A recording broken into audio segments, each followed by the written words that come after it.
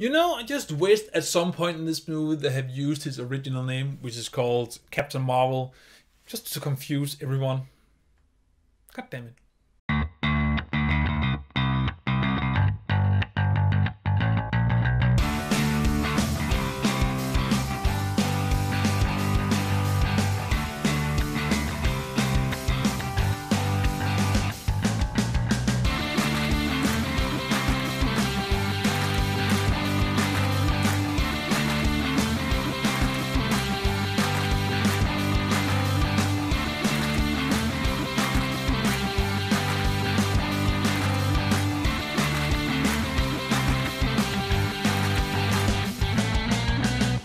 Hello my brothers and sisters, my name is Daidarius and welcome to the review of Shazam!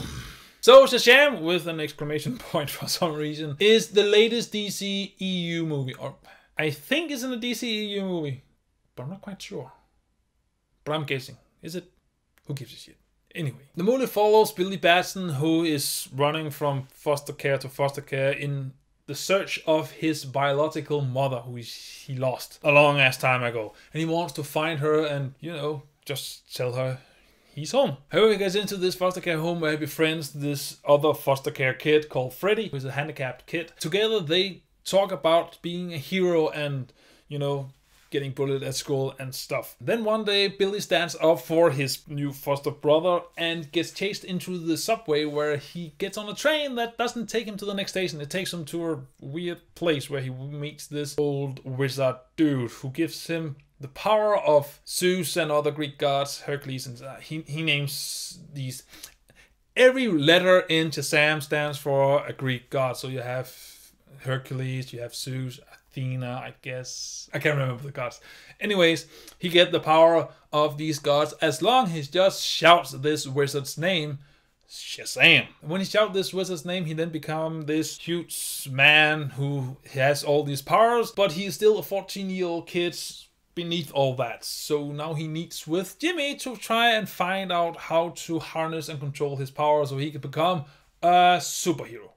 That is pretty much this movie summed up. So what do I like about this movie? First of all, the main cast, especially the kid and the adult, I think it's called Zach or something, playing Billy Batson, and also Freddy, because these two, or I guess three, make this movie. This movie would not work without these characters, and they just work so well. I mean, the acting on these are above decent. That's actually good and even great at some points where you actually feel their emotions, and I'm just happy that I get to see a better movie in cinema, because I haven't had the best streak lately.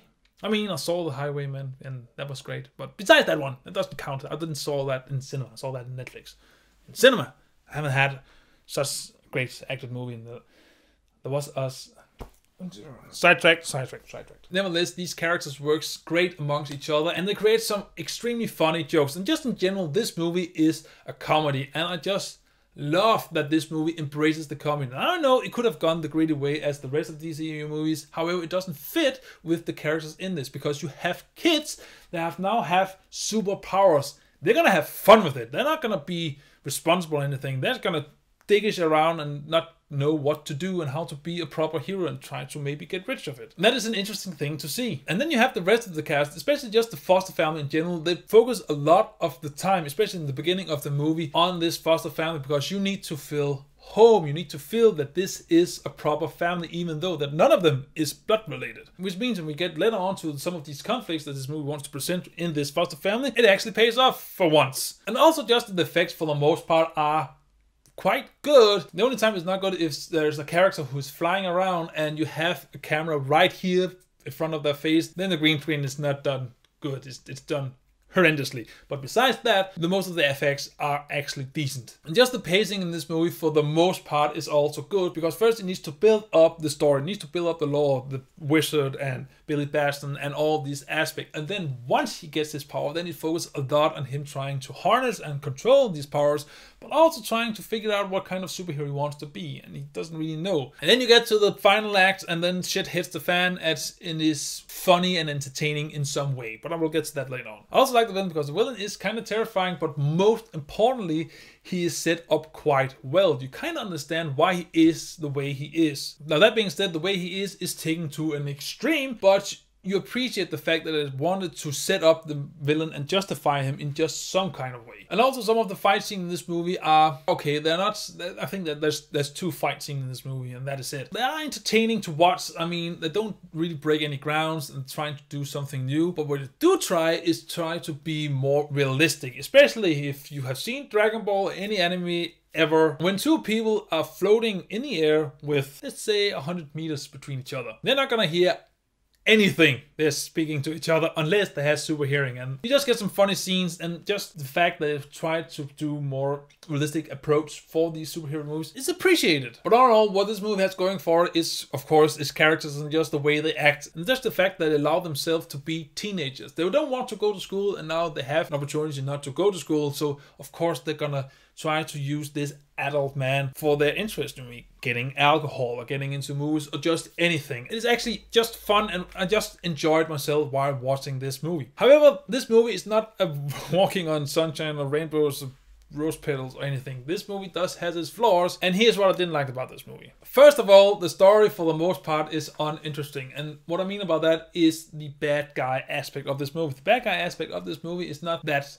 interesting, and I don't mean that bad guy isn't interesting. It's just the plot and the lore surrounding him, who is, you know, pushing the movie forward, is not interesting at all. Maybe I kind of wish that he wasn't really in this movie and we just focused on Billy Batson becoming a hero and just maybe saving people from a natural disaster or something like that, that it didn't end up in a supervillain fight. But this movie doesn't really try to do anything with the lore presented surrounding the bad guy. It just gives you the initial things that you need to know, and then you just leave everything else out of it. And then there is the mother aspect in this movie, because Billy wants to find his mom, and you get some resolution for that, but it is not utilized in a good way. Now by that I don't mean that I am disappointed in the way it turned out, this plot point. What I am disappointed about is the impact of this plot point to the plot, to the characters. It needs to have an impact, it needs to have a reason to exist, because other than that, why bring it into the movie? The movie has a lot of shit going on already, so if this plot point needs to be presented in this movie, it also has to have an impact on the characters. It doesn't come up at all later on, it just resolves itself, and I guess that is it. And then there is the fight scenes. The fight scenes, they're fun, they're lighthearted, but they're also kind of generic, and I just wish some of the DC animated action sequences would get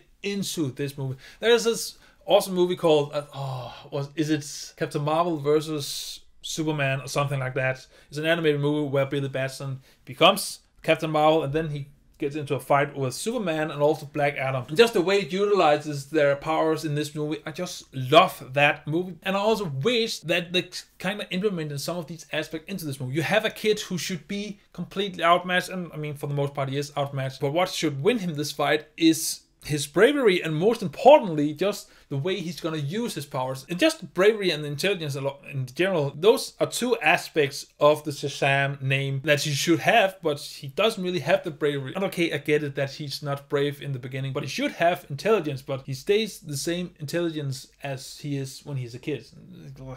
Some inconsistency there. And then just in general, this movie doesn't really have much going for it, except Billy Batson trying out his powers. It doesn't have an interesting story to tell, unfortunately. But then again, what you want after this movie is just him trying out his powers, having fun with his new friend. But when that is said and done, this movie needs to focus on different things, and those things doesn't work or is as interesting as the other thing. So all in all, however, this is a good DCEU movie, if it is a DCEU movie. Isn't a DCEU movie? Well, now you know. It is fun, it is light-hearted, it doesn't want to be anything grand or extreme or epic. It just wants to be a movie about a teenager who getting superpowers. That's pretty much it. And I appreciate the movie that it just sticks to that. It knows what it is, and it just utilizes that aspect as much as it can, even though that sometimes the plot is not interesting. Again, I wish that they focused more on Billy Batson's trying to find out his powers and just, you know, axe the bad guy. Because you can't do that. You don't need a bad guy in every superhero movie. There can be some natural disaster, and that will be the bad guy, you know? But I digress. However, Shazam, I would say you should watch it in cinema. entertainment guaranteed. Because this is a damn entertaining movie. I mean, I was laughing a lot of times, and even though that some of the fight scenes are quite boring, they're still fun to watch. Because just of the way that the characters are acting in these scenes.